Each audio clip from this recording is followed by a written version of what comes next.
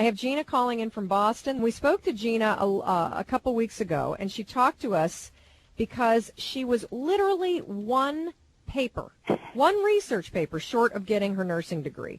And the problem was, she called in because she felt stuck because she wasn't even sure that she wanted to be a nurse. And so I said to you, Gina, I'm not giving you advice on pursuing what you really want to do until we finish the paper and get the degree done. So how's the paper coming? I finished. Oh, my gosh. How do you feel?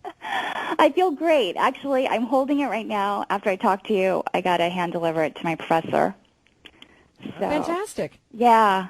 Thank you. So how fast, once you've turned in this paper, will you have completed your degree? Maybe the maximum less than 2 weeks or something to get all the administrative done. That's amazing. Yeah. And in this economy, it's a fantastic insurance policy to have. And you should take the boards because that way you have an insurance policy. Because what you really want to do is be an artist. Yes, I do. So what are you doing in order to reach the goal of being an artist? It sort of mirrors what you said. I really have to look at my finances to kind of have that realistic picture on paper. And actually, I also want to... You still sound a little... Go ahead. What? What do I sound like? You still sound a little flat to me. I would feel like a huge burden had been lifted the second I finished that paper. How do you feel? I feel good. I just have to... I'm kind of nervous because I have to still bind it and then deliver it, and my professor's going to leave it. You're nervous because you have to bind it? Yeah, it has to be professionally bound. Oh, boy. Why does that make you nervous? You know what? She's right about that because appellate briefs have to be done the same way, and if like one staple, one font, one margin is out of place, they make your life miserable. That's a legitimate worry. It really is. It is something to stress over. It's I'm stupid. diminishing her stress over it because she's letting a little, and I'm saying little thing, like getting the thing bound. Yeah, I know. Mask the pride and the enthusiasm of having this huge accomplishment that you've been avoiding for like a year or two finished. I want you to get out of the weeds because you're in the weeds too much in your life, and that's keeping you from A, completing your nursing degree in the board so that you have an insurance policy, and B, figuring out how to marry in being an artist. Well, I got the answer to all of it when we come back. The nursing degree is your insurance policy. It's the best thing that you could do in order to support your life as an artist. Okay. And so by getting yourself completely wrapped up in the drama of the binding, and I understand that. I used to practice law, too. I know what it's like to file an appellate brief, and you have to have the font. I get it, but you're getting so into the weeds, and you're allowing yourself to do it because the bottom line is you're still saying to yourself, I don't want to be a nurse. Well, right now, based on what's going on in the world, the likelihood of you supporting yourself as an artist isn't very high. Yeah. But there is a very high likelihood that if you sit for the boards and you pass it, you could be bringing in income 10, 15 hours a week, which would put stability in your household and allow you to pursue art. It's the best insurance policy in the world. And so what I want you to do, Gina, is I want you to get excited about being a nurse for the next couple years because it's actually buying you the time and the opportunity and the capital to start to pursue being an artist. I realize that. I think it's just fear of the unknown because there's an overwhelming learning curve, as a new nurse. And I'm just deathly afraid I'm going to come home and I'm just too tired to paint or pursue my heart. So well, what you're doing is what so many of us do, which is you're fast forwarding your brain 2 years from now. Right. And you're starting to catastrophize about things that you have no idea about. You could take 2 10-hour shifts and only work 2 days a week. You're afraid of everything. Yeah, I don't know why I'm so afraid. Why are you so afraid?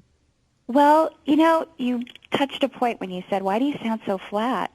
I mean, I should feel liberated and dancing and doing cartwheels about this paper because I'm done. But, something happened while I was writing this paper that... What happened? I think I ruined my art career. What do you mean a small thing happened that practically ruined your art career? What happened? I signed up for a class, and I told her, look, this tuition fee is a lot of money for me right now, but I really believe in the quality of your work, and I was just being complimentary.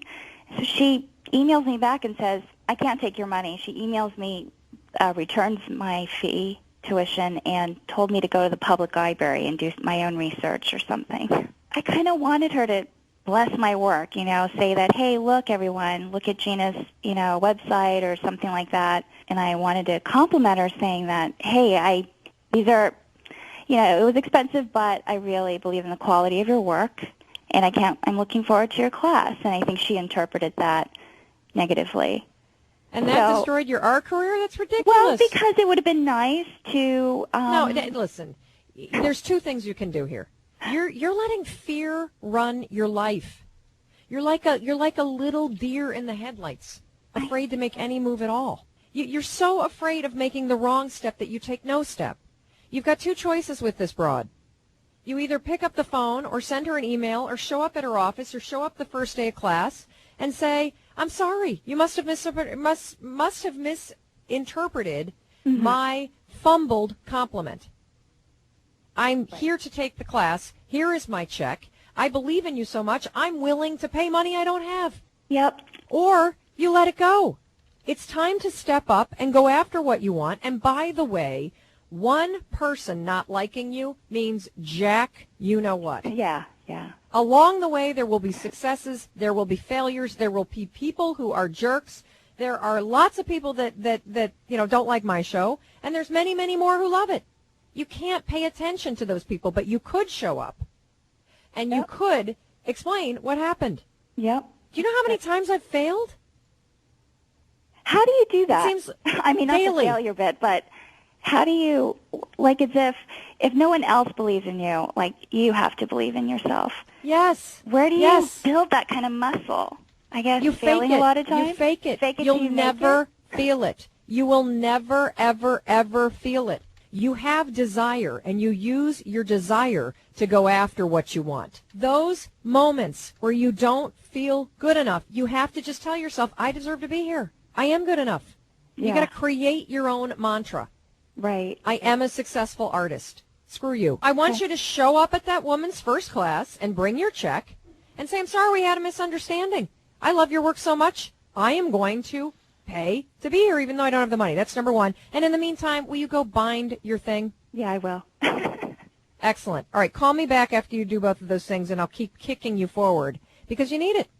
And there's nothing wrong with that. All right? Thank you. You're welcome.